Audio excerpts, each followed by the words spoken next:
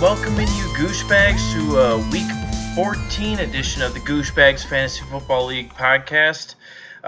It's going to be a good one. Unfortunately, both Ryo and James, who said they were going to be on the podcast this week, can't make it. Ryo had something come up last minute, and James told me yesterday that he had something going on, family matter. So, unfortunately, you guys are just stuck with me this week. And I am going to switch up the order this week because I think I like this better. I'm going to do matchup reactions first. So we're going to jump right in with matchup reactions from last week. So we'll start with mine, the most important one. Matchup number 1, the Scary Terrys versus Jacobs Jingleheimer Schmidt. Scary Terrys win 104.9 to 87.8. The Scary Terrys nicely beat Jacobs Jingleheimer Schmidt by surviving a Monday Night Eagles onslaught and flying their way into the playoffs. Scary Terrys, with this victory, I made the playoffs. And now I only have to take down the two best teams in the league, two of the best three other teams in the league, to win this thing. That's all I need is 2 big weeks. The studs from the Scary Terrys. Only one stud this week, George Kittle, with 15.7 fantasy points. He had 6 catches for 67 yards and a touchdown. George Kittle is my favorite. I'm so glad that I have George Kittle on my team. I had no duds this week. This week was a very interesting week. It was all, I'm going to pull it up here. But everybody was basically 10 points or above. I had Dustin Hopkins was my kicker. He had 5 points. But otherwise, everybody else did pretty good for me, so I had a good week.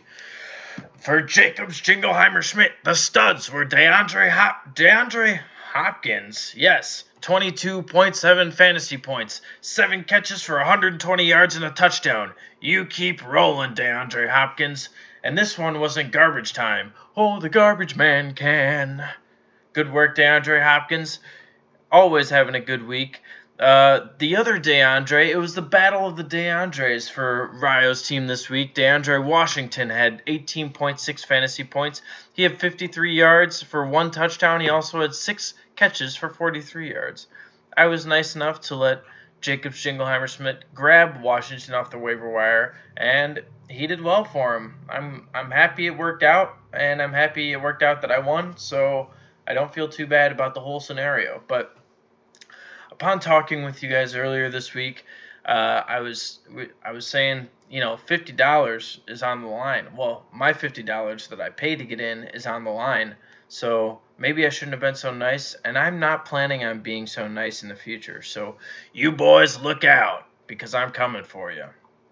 In the duds category for Jacobs Jingleheimer Schmidt, Alshon Jeffrey had 0 fantasy points, and John Brown had 4.1 fantasy points. I laid a bomb for you. When I bought Cooper Kupp from you, I laid you a bomb, knowing that I would need you. I need John Brown to not be on my team for this week, and I'm so glad that you had him. So suck it, Ryo. That's for not showing up this week and for doing that trade with me, even though you knew John Brown was going to be better. But Alshon Jeffrey, unfortunately, he got injured. So very early in the game, and it was a non-contact foot injury. So that looks not so good, and I don't think he's going to be back for the rest of the year. Man, that gravelly voice really kills my voice, so I'm not going to do it anymore. Matchup number 2, Too Many Cooks versus Rogers Cup. Too Many Cooks beats down. He decided to set his lineup because earlier this week, he did not have a lineup set. But he set his lineup this week in order to get that top scoring team and take home that $10, riding some momentum into the playoffs. He won 133.1 points to 95.5 over Rogers Cup. The studs on Teams Too Many Cooks. Team Too Many Cooks. Julian Edelman had 20.3 fantasy points. He had 8 catches for... Oh, I just put 20.3 points again. He had 8 catches for I don't know how many yards, but he did really good. He's the only reliable piece in the New England offense. Pittsburgh defense and special teams, they have a fantastic schedule at the end of the year here. They had 20 fantasy points. They had a touchdown and 3 interceptions, so they were a beast. And then Christian McCaffrey had 19 fantasy points this week, which is okay from him. It's one of his lowest scores of the year, but he had 53 rushing yards and 11 catches with 82 receiving yards and no touchdowns, but still a solid day. And he didn't really have too many duds this week, so Too Many Cooks had a fantastic week. I mean, 133 points, you can't really argue with that. So Rogers Cup, the studs on Rogers Cup. He had Zeke go for 22.3 fantasy points. He had 81 rush yards and 2 touchdowns. He had a great day versus Chicago. I think everybody really does these days. In the running game just kind of tears Chicago apart. And then Raheem Mostert had 23.9 fantasy points. He had 69 rush yards, nice, with 1 touchdown and 2 catches for 40 yards and a touchdown. So he seems to be the most solid running back for the 49ers these days. So fortunately, he's on your team and he wasn't picked up by Courts or Chad or Benaya. So thank goodness. But he might be in the keeper consideration next year. Think about it. You don't need Zeke on that team. You need Raheem Mostert and Michael Thomas. Speaking of Michael Thomas had 24.9 fantasy points this week. He had 11 catches for 134 yards and a touchdown. What a monster. Wide receiver 1 on the year. Can't really fight it. He's fantastic. The duds category. Now, this was a huge surprise this week. San Francisco's defense and special teams had -8 fantasy points. -8 for one of the best defenses in the league. They took away more points from your team than Sterling Shepard and Mike Gesicki combined scored for your team. So that was unfortunate. Rogers Cup has a good team, but they just, he would have scored over 100. He would have had 103 if San Francisco's D hadn't scored -8. So that's just how it happens sometimes. It was a big game against the Saints, I believe. That was a super high-scoring game. That was almost 100 points. So that was fun. But not so good for the San Francisco defense. Matchup number 3, Big Ben's Bathroom versus Zerline. I'll never hit you. You're telling me apart, Lisa. Big Ben's Bathroom wins 125.5 to 97.3. Big Ben's Bathroom tried its best to get the highest score of the week. However, a stinker from Lev Bell, well, because he didn't play, left him short. The studs for Big Ben's Bathroom. Aaron Jones with 28.2 fantasy points. I'll be talking about him a little bit later. Zach Ertz had 25.6 fantasy points. He's been very solid the last 2 weeks, and he's getting back to the form of Zach Ertz of old, which is very bad for the rest of us in the playoffs. In the duds category for Big Ben's Bathroom, Lev Bell had 0 fantasy points because he didn't play this week, so it's unfortunate. He was ruled out. I don't know if he was ruled out the night before or the morning of, but he was ruled out in plenty of time for me to get him out of my other lineups. So I don't know. Maybe you just weren't paying attention, Chad. This matchup really didn't mean anything this week except to maybe get that $10. But yeah. And then Saquon had 8.2 fantasy points. That's not awful, but it's not Saquon numbers. So I don't know what's going on with Saquon. He's looking a bit different. He's looking a bit different since he came back from his injury, and the team as a whole is just not as good. I mean, they weren't good last year, but they're also not good this year. So maybe Saquon will, maybe he'll be a value next year because not as a keeper necessarily, but maybe he'll be a value because maybe he won't go in the first round. Who knows? But on Team Zerline, I never hit you. The studs are Derrick Henry with 23.4 fantasy points. He had 103 rushing yards and 2 touchdowns this week, so he was a beast. And then Melvin Gordon had 16.9 fantasy points. In the duds category for Zerline, I never hit you, was Devontae Parker with 3.8 fantasy points. He also went out with an injury earlier. I'll talk a little bit more about that later. And then Russell Wilson had 10.6 fantasy points. Now, Russell Wilson has really been a disappointment over the past, 4 or 5 weeks. It seems like he just really hasn't had to do a lot to win games, but at the same time, they didn't win this game, and I don't know what to think about Russell Wilson as a starting quarterback in fantasy football. Oh wait, matchup number 4: Try and Stop Me from Auto Picking versus Mix and Mac. Try and Stop Me from Auto Picking did everything he could this week to make it into the playoffs. Unfortunately for him, the Scary Terry's also won, so Try and Stop Me from Auto Picking was kicked out. And I would have rubbed this more in James's face had he been on the podcast today, but he bailed, so guess I'll just have to talk shit, and you can't say anything about it. So, suck it, James. But Try and Stop Me from Auto Picking did win this matchup, 94.6 fantasy points to 76.2 fantasy points. The studs on Try and Stop Me from Auto Picking: Emmanuel Sanders had 30.6 fantasy points. That was a big game. He had a passing touchdown, which really helped his boost his stats a bit, but he had a fantastic receiving day too. I'll talk about him a little bit later. I'm sorry, guys. It's been a long day. In the duds category, he had Kyle Rudolph with 2.1 fantasy points and Curtis Samuel with 5.2 fantasy points. Not really surprised with those two. I guess maybe Kyle Rudolph might be a little bit of a surprise because Adam Thielen was out this game, and he's been doing really well with Adam Thielen out. So, but he just didn't have it this week. For the studs for Team Mix and Mac, Joe Mixon had 26.1 fantasy points, and the last few weeks, Joe Mixon has been putting together some very solid weeks. He's been very good, and he's been the guy that you drafted him to be. Unfortunately, you didn't get that in the first 8 weeks of the season, but in the second half, he's been really good. And then Lamar Jackson had 19.8 fantasy points. That's not fantastic for Lamar Jackson, but it's good for this week of QBs. The QBs that we started, except for Brandon and Aaron, you guys started very good quarterbacks this week, but everybody else kind of played bad quarterbacks, so 19.8 fantasy points for them was not too bad. And then in the duds category for Mix and Mac, Jacksonville's defense also had -8 fantasy points. 2 teams with -8 fantasy points for their defense. That is crazy. I've never seen scores that low for multiple teams on a week for the defense. So that's crazy. Thank God it wasn't my team.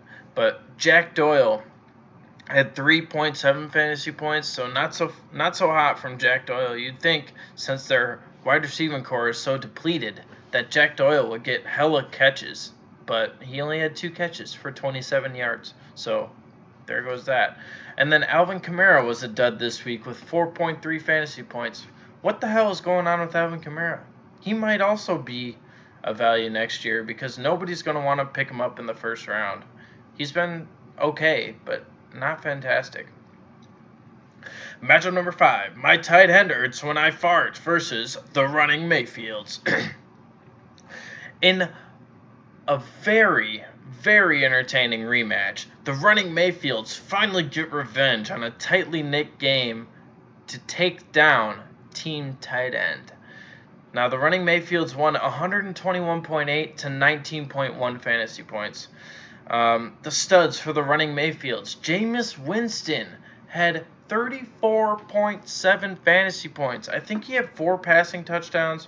I think I'm going to talk about him a little bit later, but 3 interceptions. He always has the chance to boom. He always has the chance to bust. That's why you like playing defenses against him, because he throws 3 interceptions and a fumble, or, there's always a chance to get a lot of fantasy points on defense against him. But he put up over 500 yards. I'll have to take a look. I have it a little bit in a different section of this show doc, but I'll talk about him some more. Austin Eckler had 29.3 fantasy points. big day from Austin Eckler. He was a beast, and I'll talk about him more.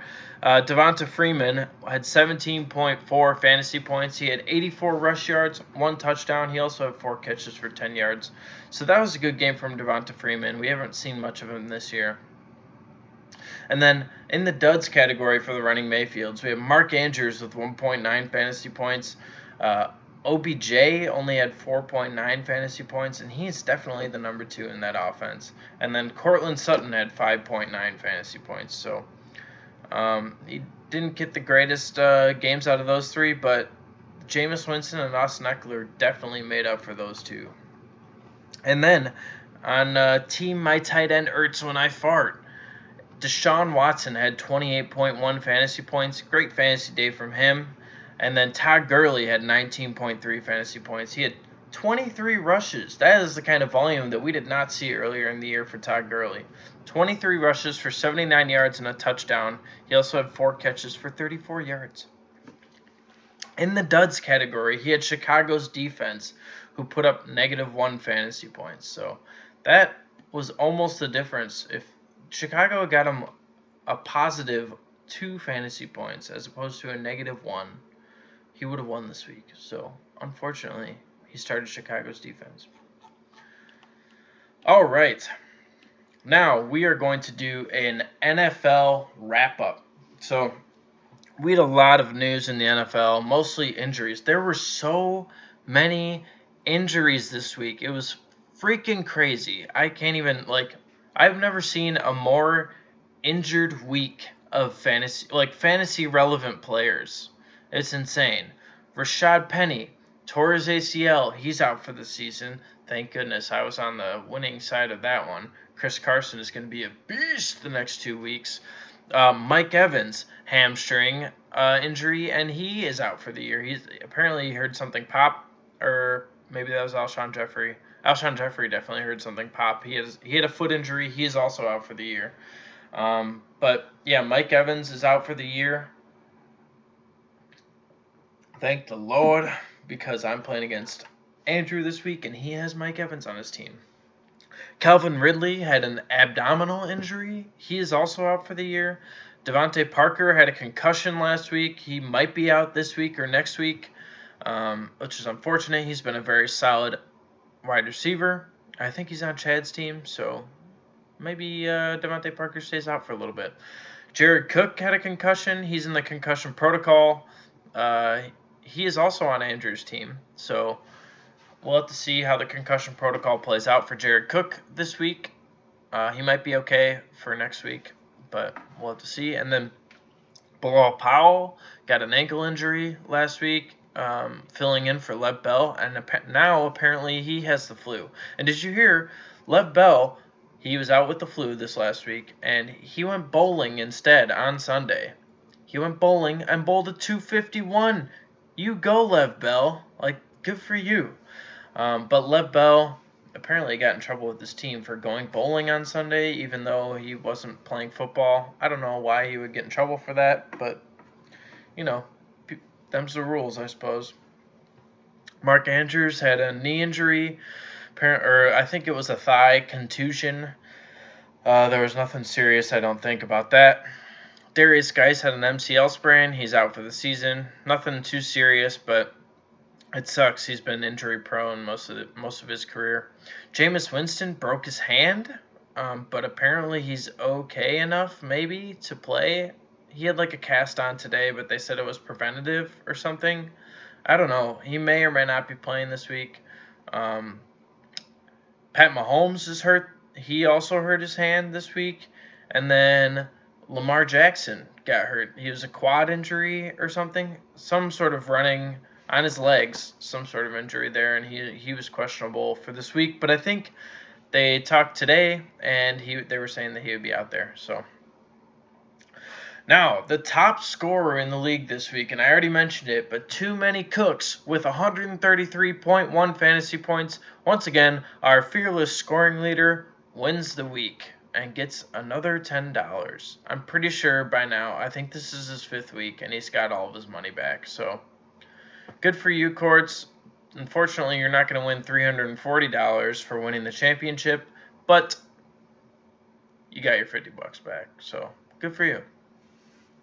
And congratulations, speaking of that $340, the people still in the running to get that $340 are these 4 teams. Congratulations to the number 1 seed, Too Many Cooks, with a record of 11-3. The number 2 seed is Big Ben's Bathroom with a record of 10-4. The number 3 seed is Zerline, I'll Never Hit You. You're tearing me apart, Lisa, with a record of 8-6. And the number 4 seed goes to the Scary Terrys with a record of 8-6 as well. Now remember, those of you who are not in the playoffs, do not quit. You can still win $10 each of the next 2 weeks for the highest score in the league. So even though you're not in the fantasy playoffs, you can still play for that $10. So don't give up. Win your $10 back, and at least you won't lose all 50 of your money. So you have to keep that in mind. Now, on to the studs of the week. At the quarterback position, stud number 1, sitting on the bench, was Drew Brees with 40.1 fantasy points. He had 349 passing yards, 5 passing touchdowns. He also had 1 big rush for 1 big yard and 1 big touchdown. However, they didn't win this week. Jimmy Garoppolo and the 49ers took them down. That was a fantastic game. Unfortunately, the Saints came out on the wrong end of it. Jameis Winston was the quarterback 2 on the week. He had 34.7 fantasy points. He had 456 passing yards with 4 touchdowns, 3 interceptions, and 1 rushing touchdown. This is how Jameis Winston does it. I've talked about this. He throws an interception. He'll throw an interception at the beginning of the game. You'll be like, oh man, why the fuck did I start this guy? And then he comes back, throws for hella yards and multiple touchdowns. That's how Jameis Winston plays the fantasy football game. He's on pace to break 5,000 passing yards this week, and I believe on pace to have the 5th highest yards in 1 year in NFL history. NFL history. Jameis Winston is going to be the 5th highest passing leader in history. Just let that simmer for a while. Jameis Winston is not a good NFL quarterback. He's a good fantasy quarterback, not a good NFL quarterback. But apparently this is what he does. So, speaking of not good NFL quarterbacks, Mitch Trubisky was the 3rd quarterback on the week this week. He had 32.1 fantasy points. He had 244 passing yards, 3 touchdowns, 1 interception. He also had 63 rushing yards and a touchdown. Apparently this one is for all of you Bears truthers who, I don't know, 3 weeks ago, I went on a rant about this earlier this week, but 3 weeks ago they're saying how bad of a quarterback Trubisky is, talking about how you're going to take a quarterback with your first pick and, like, we need a new quarterback, trade for Cam Newton, pick up Colin Kaepernick. Everybody's talking to get Mitch Trubisky out of there. But apparently he has the spurts of goodness. I'll call it goodness. But also, the Cowboys' defense sucks. Like, they looked really good at the beginning of the year because they played against awful teams. But them boys are not that good this year. I hate to break it to you, Ryle. They just are not good this year. But you probably already know that. So, on to the running back position. Running back 1 on the week, Austin Eckler with 29.3 fantasy points. He had only 13 touches in this game, and he was the running back 1 on the week. He had 8 rushes for 101 yards and 4 catches. No, he had 12 touches, not 13. 4 catches for 112 yards and a touchdown. This is the most efficient I've ever seen a running back. Over 200 yards on 12 touches. He is a monster. And I think he should be taking over Melvin Gordon's role. I said it. Melvin Gordon just isn't as good as Austin Eckler. There we go. Now, Aaron Jones was the running back 2 on the week with 28.2 fantasy points, 16 rushes for 134 yards, and 1 touchdown. He also had 6 catches for 58 yards. Now, I read a tweet like last week on Thursday or Friday or something, and it was like the Redskins are going to try to stop the rush this week. Like that was their game plan, was to stop the rush and make Aaron Rodgers beat them. How crazy? How crazy is that? Aaron Rodgers, one of the best quarterbacks in the league, potentially one of the best quarterbacks ever. Okay, I don't know that much about quarterbacks of the past, but one of the best quarterbacks to ever play the game, and they want Aaron Rodgers to beat them. However, their game plan didn't work out because Aaron Jones went for let's see, what's 134 divided by 16?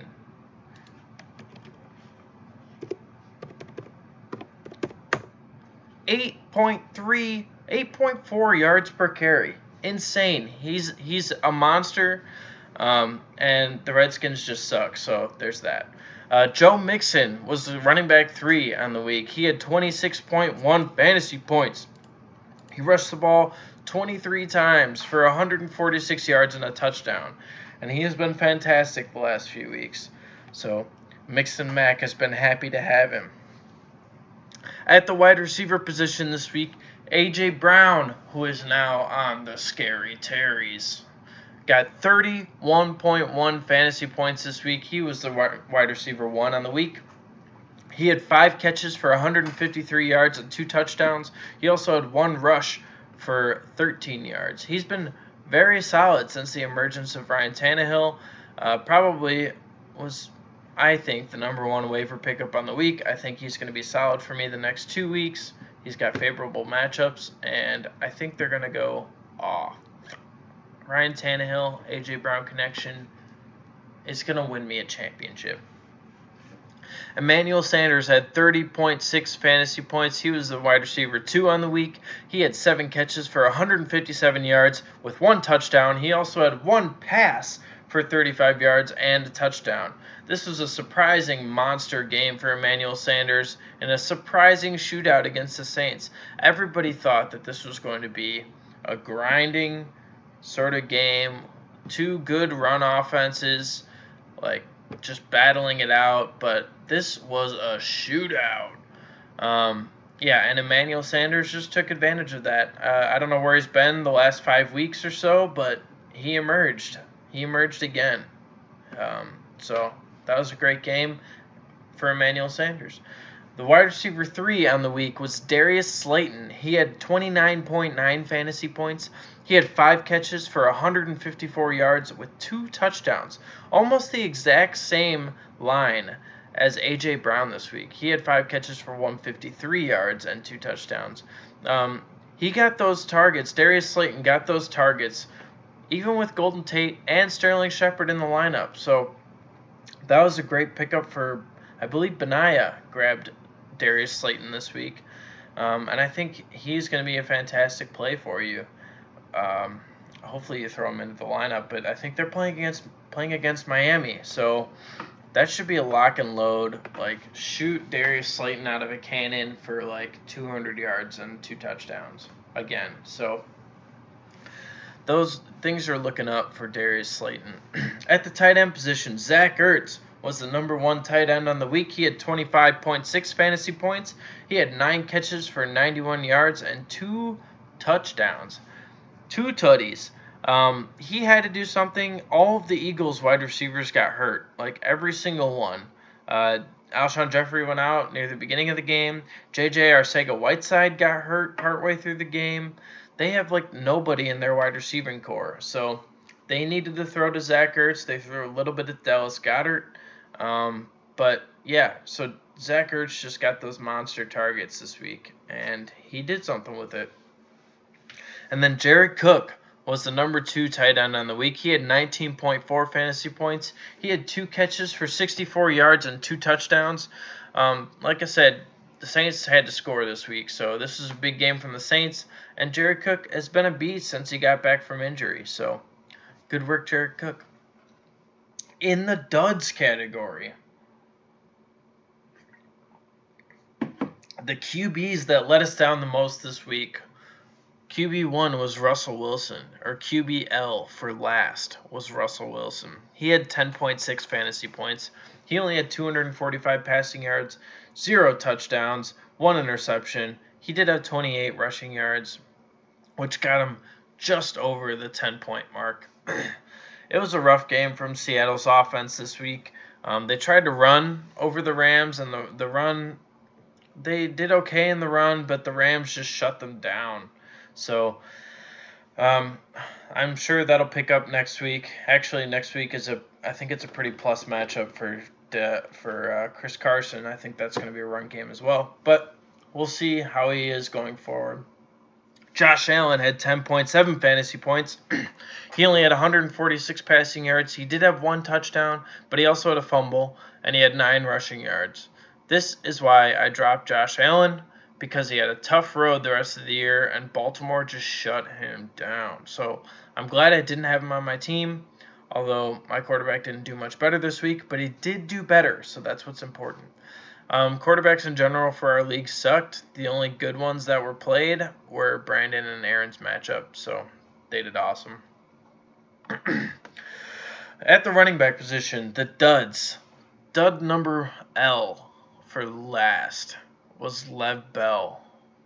He didn't play this week. He had the flu, so he was just unfortunately played, but by Chad. But yeah, he didn't play at all. So Alvin Kamara did play, and basically had the same stat line. He had 4.3 fantasy points. He had 13 rushes for 25 yards and 0 touchdowns. He also had 4 catches for 18 yards, and he also had a fumble. So he's normally been a solid floor guy, except for this week. But he really hasn't had the monster games, and I would almost call Alvin Kamara kind of a bust this year.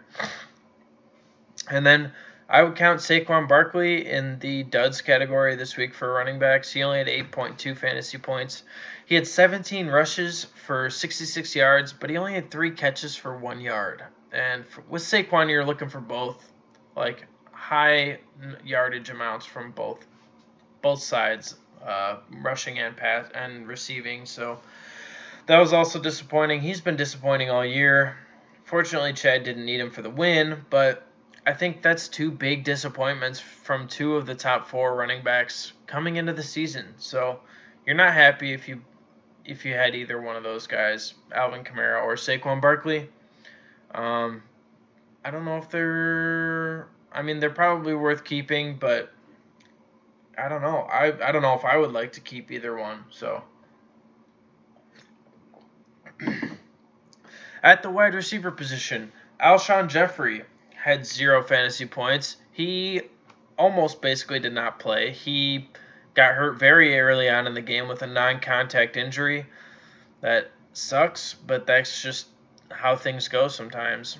That really killed James this week because Alshon Jeffrey was on Ryo's team, and Ryo needed to beat me in order for James to get into the playoffs. So, unfortunately, Alshon Jeffrey didn't get you any points. John Brown had a rough game this week, too. He had 4.1 fantasy points. He only had 3 catches for 26 yards. It was a rough game for the Bills' offense in general.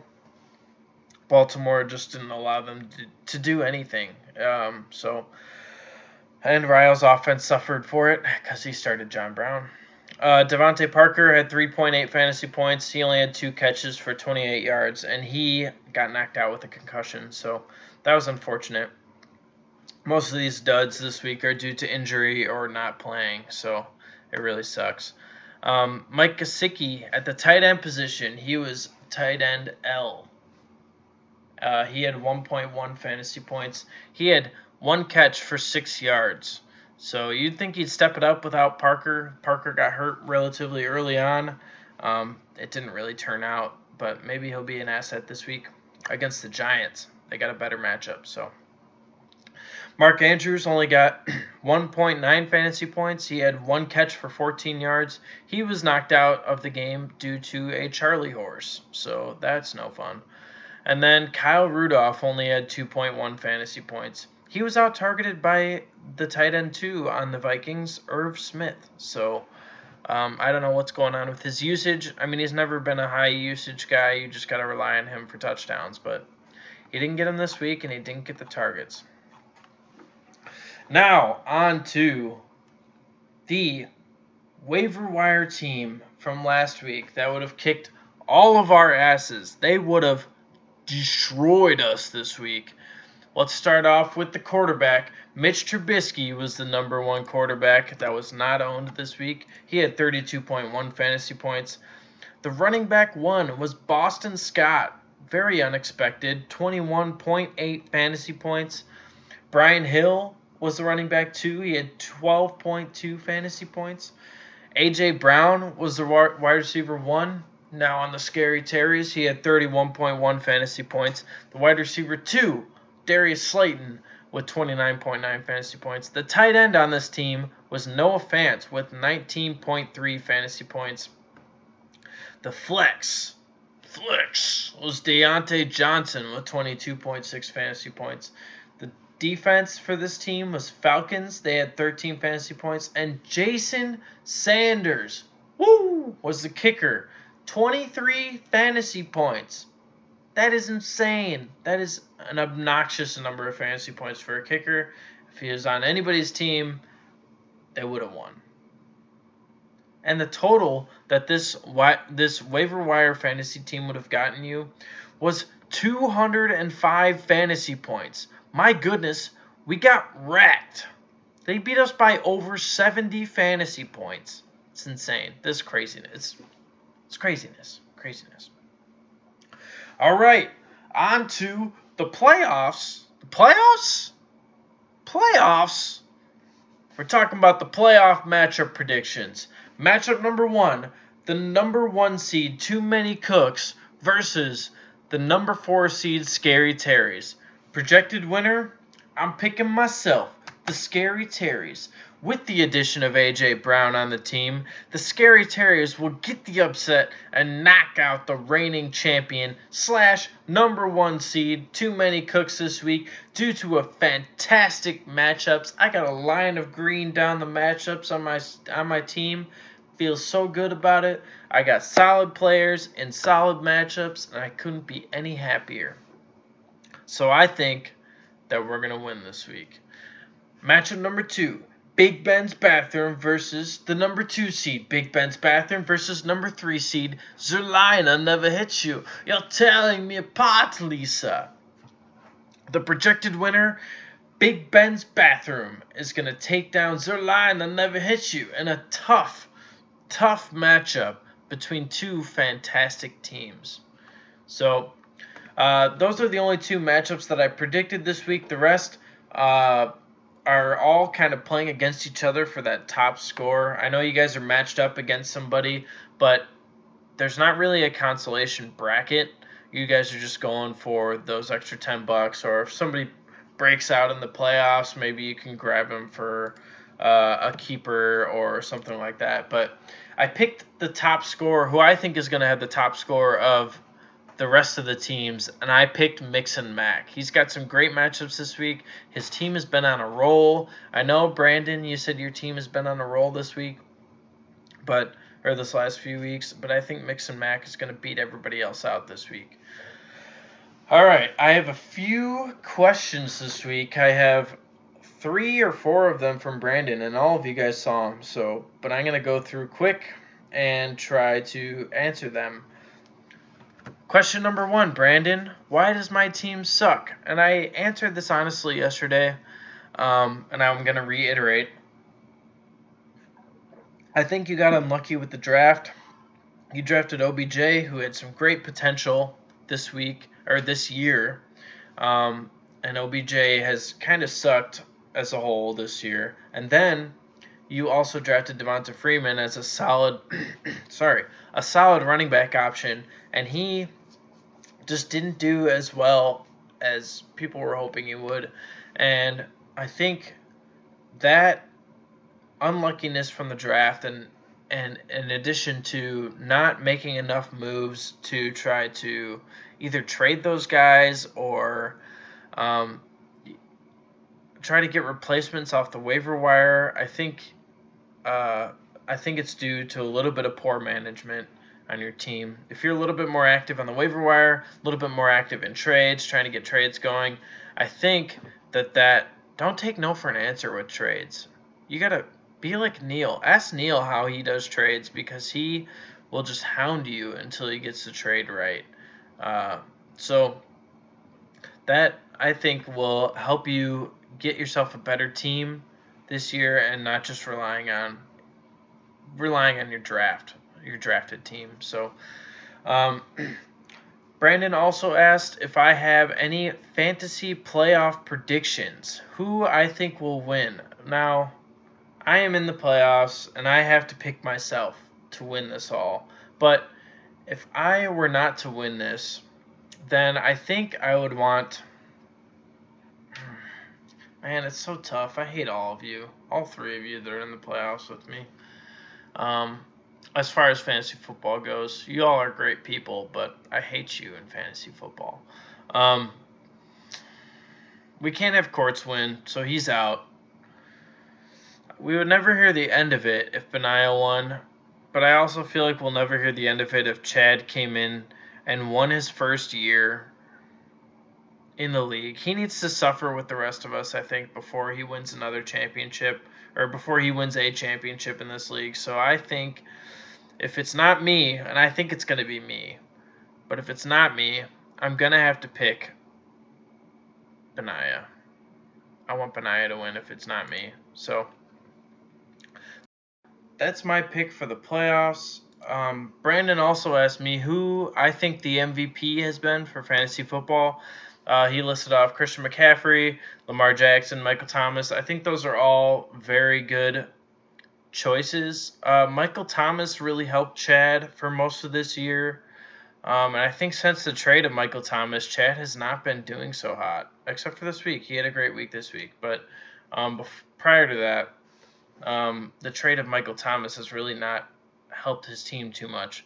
But I think in terms of, and then this is kind of going to go with the best draft value of the year too, I think Lamar Jackson is really the MVP, even though he's not in the playoffs this year because he's on Mix and Mac, but he really helped me get those three wins out of the gate. Or actually, I don't know if I won all three, but he really helped my team at the beginning of the year. He helped me get off to at least to a winning record, and then Christian McCaffrey.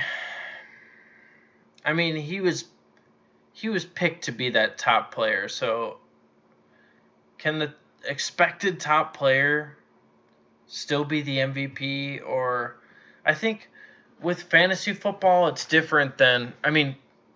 Yeah, with fantasy football, it's different than regular football in the way that, like, you can get, if you get exactly what you're looking for from a player like Christian McCaffrey, like, that's great, but you still drafted him at that very high value. Like, that first round pick was, you took Christian McCaffrey. So, I think in terms of being, like, an MVP candidate for fantasy football, it has to be somebody who was picked in like the 10th or 11th round or even like just the later like 7 or 8 that gets you the opportunity to pick like the Christian McCaffrey or just like a solid wide receiver at the top like a Michael Thomas or Devontae Adams or somebody and still have that like that player that you grabbed in like the 8th or 9th round that next year is going to be first round value. So like I think that's like the Lamar Jackson of the year. And that's why I said Lamar, I think, is the MVP. Because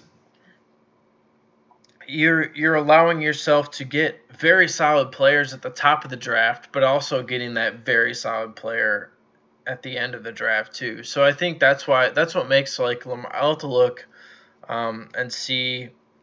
I'm sure they have a list, or they'll have a list at the end of the year of what teams were on or what player was on the most championship teams, and I think Lamar Jackson is going to be up there on that list for sure because he was just picked and like nobody picked him, nobody wanted him as their quarterback to start the year.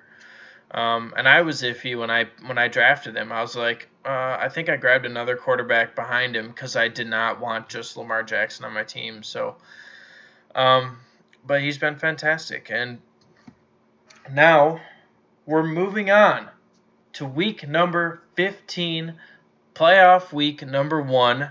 You guys, good luck to you, the 3 of you that are in the playoffs with me. Good luck, but I'm going to kick all of your asses, so it doesn't really matter, I suppose.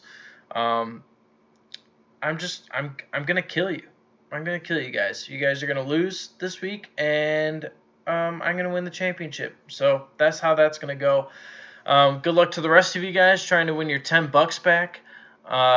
And we'll see you next week for the reactions of week 1 of the playoffs. So good luck to you, Show Bags. Goodbye.